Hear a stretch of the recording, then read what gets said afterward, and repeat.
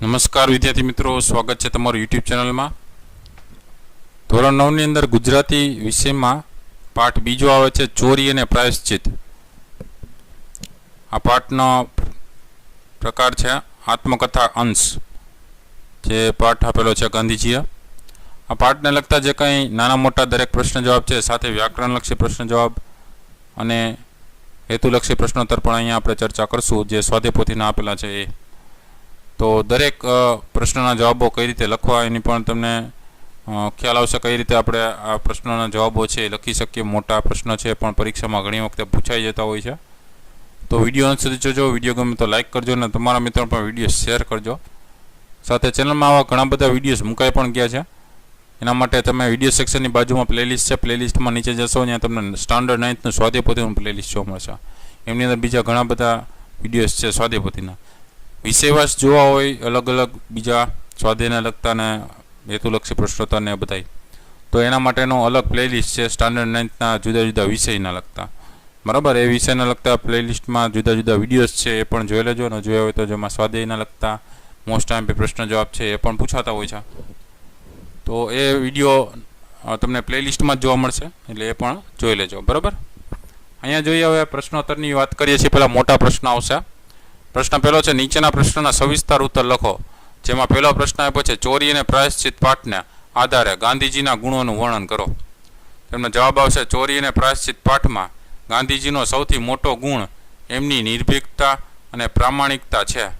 તેમને બીડી પીવાની તડપ લાગી, એને કારણે નોકરના ખિસ્સામાંથી પૈસા ચોરવાની ટેવ પડી। એ બાબતનો એમણે નિખાલસપણે એકરાર કર્યો છે। એ વ્યસન છૂટતું ન હતું અને વડીલોની આજ્ઞા વગર કંઈ થઈ શકે તેમ ન હતું। એના કારણે તેમને આપઘાત કરવાની ઈચ્છા થઈ, પણ આપઘાત કરવો સહેલો નથી। એની પ્રતીતિ થતાં એ વિચાર પડતો મૂક્યો, તેમજ ભાઈનું કરજ ચૂકવવા માટે ભાઈના સોનાના કડામાંથી એક નાનો ટુકડો કાપી કરજ ચૂકવવામાં ભાઈને સાથ આપ્યો। આવી અનેક બાબતો એમના મનમાં ખટકતી હતી।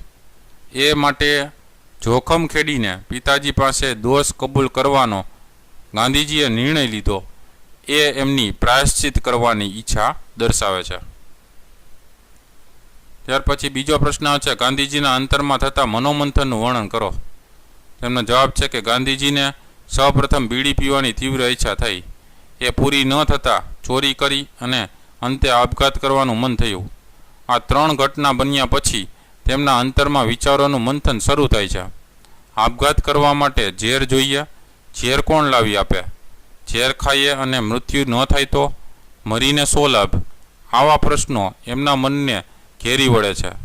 અંતે રામજીના મંદિરે જઈ દર્શન કરી મનને શાંત કરવું અને આપઘાતનો વિચાર ભૂલી જવો, એવા નિર્ણય પર ગાંધીજી આવે છે। આવી જ એક ઘટના ભાઈનું કરજ ચૂકવવાની બની। એ માટે ભાઈના સોનાના કડામાંથી નાનો ટુકડો કાપી કરજ ચૂકવવામાં તેઓએ ભાઈને સાથ આપ્યો। એ વાત પણ એમને ખટકી। પિતાજી પાસે કબૂલ કરવા જતાં પિતાજી દુઃખી થશે, કદાચ માથું ફૂટશે તો, એવા વિચારો મનમાં ઉઠ્યા। પણ અંતે તેમણે પિતાજી પાસે દોષ કબૂલ કર્યા વિના સુધી નહીં થાય એવો નિર્ણય કર્યો। આ બંને નિર્ણય પાછળ ગાંધીજીની સત્યાચરણની ભાવના તથા પોતાના દોષનો નિખાલસપણે એકરાર કરવાની વૃત્તિ કારણભૂત છે। ત્યાર પછી બીજો પ્રશ્ન આવે છે, નીચેના પ્રશ્નના 2-3 વાક્યોમાં ઉત્તર લખો। પહેલો છે પ્રશ્ન, ગાંધીજીએ કાકાએ ફેંકી દીધેલા બીડીના ઠૂઠા ચોરવાનું શા માટે શરૂ કર્યું? એનો જવાબ આવશે, ગાંધીજીને એમના એક સગાની સાથે બીડી પીવાનો શોખ થયો। એમના કાકાને બીડી પીતા અને ધુમાડો કાઢતા જોઈને એમને પણ બીડી ફૂંકવાની ઈચ્છા થઈ, પરંતુ ગાંધીજી પાસે બીડી ખરીદવાના પૈસા ન હતા। આથી ગાંધીજીએ કાકાએ ફેંકી દીધેલા બીડીના ઠૂઠા ચોરવાનું શરૂ કર્યું। બીજો પ્રશ્ન છે, ગાંધીજીને શેની ચોરી કરવાની ટેવ પડીને શા માટે? એનો જવાબ છે, ગાંધીજીને દર વખતે બીડીના ઠૂઠા મળી શકે તેમ ન હતા, વળી બીડીના ઠૂઠામાંથી ખાસ ધુમાડો પણ નીકળતો નહીં, આથી નોકરના ખિસ્સામાંથી 2-4 દોકડા ચોરવાની ટેવ પડી। ત્રીજો પ્રશ્ન છે, ગાંધીજીએ આપઘાત કરવા માટે શું કર્યું? એનો જવાબ છે, આપઘાત કરવા માટે ઝેર જોઈએ। ગાંધીજીએ સાંભળ્યું હતું કે ધતુરાના ડોડવાના બી ખાવાથી મૃત્યુ થાય, એટલે ગાંધીજી વગડામાં જઈ એના બી લઈ આવ્યા. ચોથો પ્રશ્ન છે ગાંધીજીના જીવનમાં આપઘાતના વિચારનું પરિણામ શું આવ્યું? એમનો જવાબ છે ગાંધીજીના જીવનમાં આપઘાતના વિચારનું પરિણામ એ આવ્યું કે તેઓ બીડીના ઠૂઠા ચોરીને પીવાની, નોકરના પૈસા ચોરવાની અને બીડી ફૂંકવાની ટેવ ભૂલી ગયા. પાંચમો પ્રશ્ન છે ગાંધીજીએ ચિઠ્ઠીમાં શું લખ્યું હતું? એનો જવાબ છે ગાંધીજીના માંસાહારી ભાઈને દેવું થયું હતું. આથી ભાઈના સોનાના કડામાંથી નાનો ટુકડો કાપી દેવું ચૂકવવામાં ગાંધીજીએ ભાઈને સાથ આપ્યો. આ ચોરી કર્યા પછી ગાંધીજીને પશ્ચાતાપ થયો અને પિતાજીને ચિઠ્ઠીમાં આ ચોરી કર્યાની તેમને નિખાલસપણે કબૂલાત કરી. પ્રશ્ન નંબર 3, નીચેના પ્રશ્નના એક વાક્યમાં ઉત્તર લખો. પહેલો પ્રશ્ન, ચોરી અને પ્રાયશ્ચિત ગદ્યના લેખકનું નામ લખો. એનો જવાબ છે ચોરી અને પ્રાયશ્ચિત ગદ્યના લેખક ગાંધીજી છે. બીજો પ્રશ્ન, ચોરી અને પ્રાયશ્ચિત ગદ્યનો સાહિત્ય પ્રકાર જણાવો. એનો જવાબ છે ચોરી અને પ્રાયશ્ચિત આત્મકથા અંશ છે. ત્રીજો પ્રશ્ન, ચોરીની ભૂલ સ્વીકારવામાં ગાંધીજીની જીભ કેમ ઉપડતી નથી? એનો જવાબ છે પિતાજી દુઃખી થશે, કદાચ માથું ફૂટશે એવા ભયે ચોરીની ભૂલ સ્વીકારવામાં ગાંધીજીની જીભ ઉપડતી નથી. ચોથો પ્રશ્ન છે સોનાના કડામાંથી 1 તોલો સોનું કાપીને વેચવાની ઘટનાની ગાંધીજી ઉપર શી અસર થઈ? એનો જવાબ છે સોનાના કડામાંથી 1 તોલો સોનું કાપીને વેચવાની ઘટના ગાંધીજી માટે અસહ્ય પડી અને ત્યાર પછી ચોરી ન જ કરવાનો એમણે નિશ્ચય કર્યો. પાંચમો પ્રશ્ન છે ખોટું કાર્ય કર્યાના અપરાધમાંથી બહાર આવવા શું કરવું જોઈએ? એનો જવાબ છે ખોટું કાર્ય કર્યાના અપરાધમાંથી બહાર આવવા આપણે જોખમ ખેડીને પણ દોષ કબૂલ કરવો જ જોઈએ. છઠ્ઠો પ્રશ્ન છે બીડી પીવાની કુટેવમાંથી બીજી કઈ કુટેવ ગાંધીજીમાં આવી? એનો જવાબ છે બીડી પીવાની કુટેવમાંથી નોકરના પૈસા ચોરવાની બીજી કુટેવ ગાંધીજીમાં આવી. સાતમો પ્રશ્ન છે શું ખાવાથી મૃત્યુ થાય? તેનો જવાબ આવશે ધતુરાના બી ખાવાથી મૃત્યુ થાય. આઠમો પ્રશ્ન છે પિતાજીની આંખમાંના મોતી બિંદુની ગાંધીજી પર શી અસર થઈ? એનો જવાબ છે પિતાજીની આંખમાંથી મોતીબિંદુના પ્રેમ બાણે ગાંધીજી વિંધાયા, શુદ્ધ થયા. નવમો પ્રશ્ન છે ગાંધીજીની આત્મકથાનું નામ લખો. એનો જવાબ છે ગાંધીજીની આત્મકથાનું નામ સત્યના પ્રયોગો છે. ત્યાર પછી વ્યાકરણને લગતા પ્રશ્ન જવાબ છે એ જોવાના છે. પહેલો પ્રશ્ન છે નીચે આપેલા શબ્દોની જોડણી સુધારીને લખો. તો જોડણી જોતા જઈએ. તો પ્રાયશ્ચિત છે તો પ્રાયશ્ચિત આવી રીતે થશે રસ્વાવાળું. પ્રતિકૂળમાં કુ છે એ દીર્ઘવાળું હશે પ્રતિકૂળ. ધતુરોમાં તું દીર્ઘવાળું હશે ધતુરો. હિંમતમાં ઈ રસ્વાવાળું અને એના ઉપર અનુસ્વાર મીંડું હિંમત.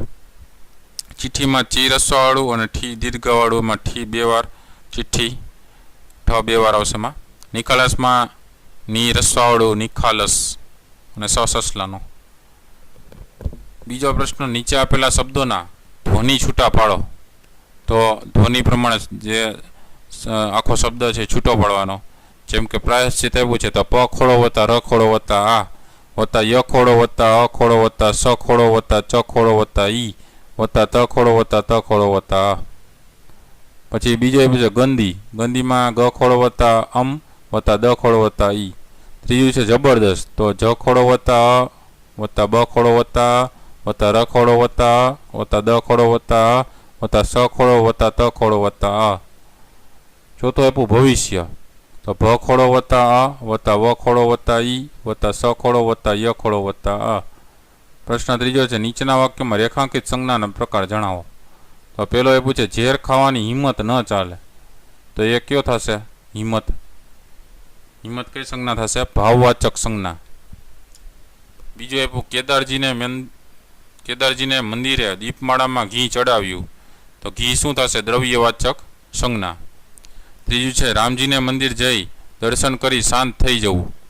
તો રામજી છે એ વ્યક્તિવાચક સંજ્ઞા. ચોથું છે ચિઠ્ઠી પિતાજીના હાથમાં મૂકી. તો પિતાજી છે જાતિવાચક સંજ્ઞા. પાંચમું છે 1 તોલો સોનું કાપવું મુશ્કેલ ન હતું. તો સોનું છે એ દ્રવ્યવાચક સંજ્ઞા થશે. પ્રશ્ન નંબર 4 નીચેના વાક્યોમાંથી વિશેષણ શોધીને પ્રકાર લખો. પહેલું છે એ ટેવ જંગલી ગંદીને હાનિકારક છે. તો જંગલી ને ગંદી ને હાનિકારક એ ત્રણેય વિશેષણ છે. અને કેવા વિશેષણ છે? તો કે ગુણવાચક વિશેષણ. બીજું છે ત્યારે મારી ઉંમર 12-13 વર્ષની હશે. તો 12-13 છે એ સંખ્યાવાચક વિશેષણ છે. ત્રીજું છે મારા એક સગાની સાથે મને બીડી પીવાનો શોખ થયો. તો મારા અને મને એ બંને સાર્વનામિક વિશેષણ છે. પ્રશ્ન 5 છે નીચે આપેલા શબ્દોની સંધિ છોડવાની છે. તો જોતા જઈએ સંધિ.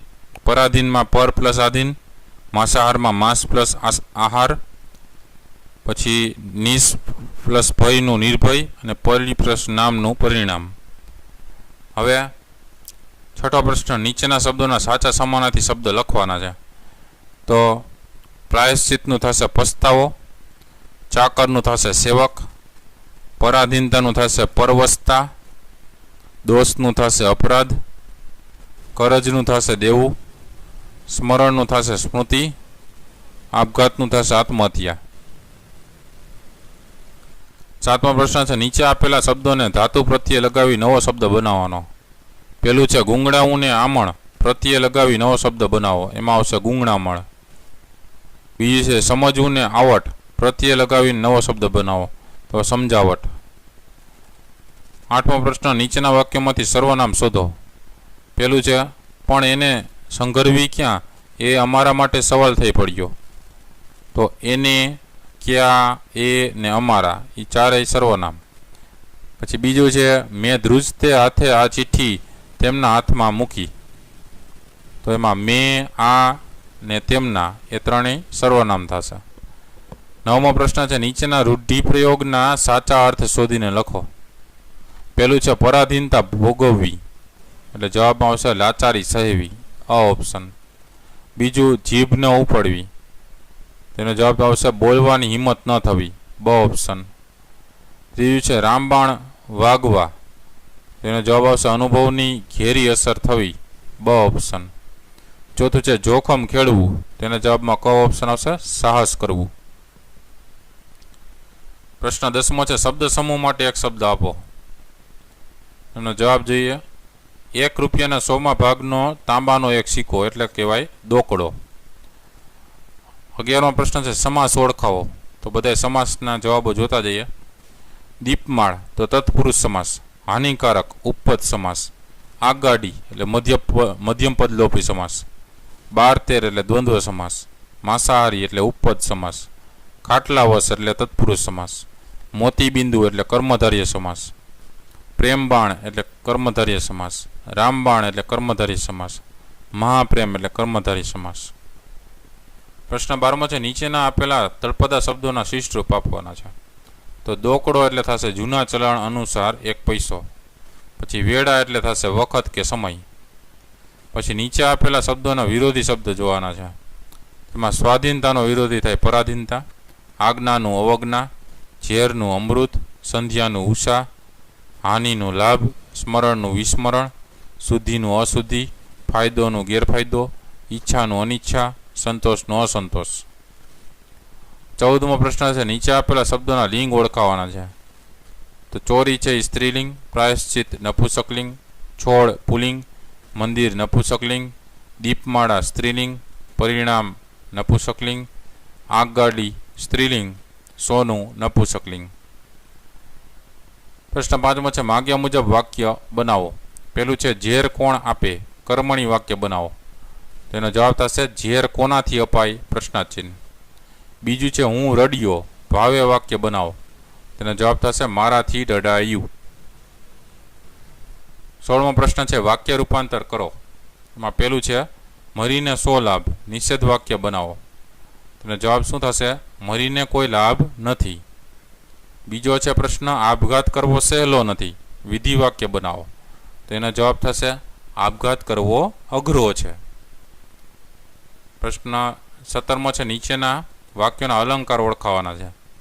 પેલું છે એ મોતીબિંદુના પ્રેમ બાણે મને વિંધ્યો એટલે થશે રૂપક અલંકાર. બીજું છે રામબાણ વાગ્યારે હોય તે જાણે, એ પણ થશે રૂપક અલંકાર. પ્રશ્ન નંબર 18 નીચેના વાક્યોમાંથી સાદા સંયુક્ત કે સંકુલ વાક્યો ઓળખાવો. પેલો છે એમાં આગગાડીના ડબ્બામાં ઘણી બીડી ફૂંકાતી હોય ત્યાં બેસવું મને ભારે થઈ પડે છે ને તેના ધુમાડાથી હું ગુંગળાઈ જાઉં છું. તો એ સંકુલ વાક્ય છે. બીજું છે પૈસા તો ગાંઠે ન મળે એટલે કાકા બીડીના ઠૂંટા ફેંકી દે તે ચોરવાનું અમે શરૂ કર્યું. તો એ પણ સંકુલ વાક્ય છે. ત્રીજું છે હવે પછી ચોરી ન જ કરવાનો મેં નિશ્ચય કર્યો. એ સાદું વાક્ય છે. ચોથું છે ચિઠ્ઠીમાં બધો દોષ કબૂલ કર્યો ને સજા માગી. તો એ સંયુક્ત વાક્ય છે. 19મો પ્રશ્ન છે નીચેના વાક્યોના કાળ ઓળખવાના છે. પહેલું છે બીડી લઈ ફૂંકવાની ટેવ જ ભૂલી ગયા. તેના જવાબમાં આવશે ભૂતકાળ. બીજું છે તેના ધુમાડાથી હું ગુંગળાઈ જાઉં છું. એના જવાબમાં આવશે વર્તમાન કાળ. ત્રીજું છે તે ક્રોધ કરશે, કટુ વચન સંભળાવશે, માથું કૂટશે. એના જવાબમાં આવશે ભવિષ્યકાળ. ત્યાર પછી પ્રશ્ન નંબર 20 નીચે આપેલા શબ્દોમાંથી પૂર્વ પ્રત્યય પર પ્રત્યય જણાવો. પહેલું છે માંસાહારી તો માંસાહાર પ્લસ ઈ એટલે થશે પર પ્રત્યય. બીજું છે અધિકારી તો અધિકાર પ્લસ ઈ એ પણ થશે પર પ્રત્યય. ત્રીજું છે પરાધીનતા પરાધીન પ્લસ તા એ પણ થશે પર પ્રત્યય. ચોથું છે અસહ્ય એમાં અપૂર્વ પ્રત્યય છે પ્લસ સહ્ય. તો વિદ્યાર્થી મિત્રો આ હતા પાઠને લગતા નાના મોટા દરેક પ્રશ્ન જવાબ. વિડીયો ગમ્યો તો જરૂરથી લાઇક કરો. તમારા મિત્રો પણ વિડીયો શેર કરજો. સાથે ચેનલને સબસ્ક્રાઈબ ન કરેલી તો ચેનલને પણ જરૂરથી સબસ્ક્રાઈબ કરો એટલે આવા જેટલા વિડીયોઝ મુકાય એની નોટિફિકેશન તમને તાત્કાલિક જોવા મળે ત્યાંથી તમે વિડીયો જોઈ શકો. બીજા ઘણા બધા વિડીયોઝ મુકાઈ ગયા છે એના માટે વિડીયો સેક્શનની બાજુમાં પ્લેલિસ્ટ છે ઉપર જાજો. ત્યાં પ્લેલિસ્ટમાં નીચે તમે જોશો ત્યાં જુદા જુદા પ્લેલિસ્ટ જોવા મળશે. જેમાં સ્વાધ્યાય પોથીને લગતા પ્લેલિસ્ટ છે, સ્વાધ્યાયને લગતા અલગ અલગ મોસ્ટ આઈએમપી પ્રશ્ન જવાબ ધોરણ 9ના અલગ અલગ ટૂંકમાં પ્લેલિસ્ટ છે. એમાં જાશો ત્યાં તમને જુદા જુદા ઘણા વિષય વાઇઝ વિડીયોઝ જોવા મળશે. તો ન જોયેલા હોય તો એ જોઈ લેજો. આવનારી પરીક્ષાની તૈયારી કરો એમાં પણ તમને ઉપયોગી થાય. ફરી પાછા નવા વિડીયો સાથે મળીએ. ત્યાં સુધી ન જોયેલા વિડીયોઝ જોઈ લેજો. તમારી કાળજી રાખજો. જોતા રહેજો ચેનલને. જુદા જુદા વિડીયોઝ તમને ઉપયોગી થશે. ફરી પાછા નવા વિડીયો સાથે મળીએ. Thank you very much and take care.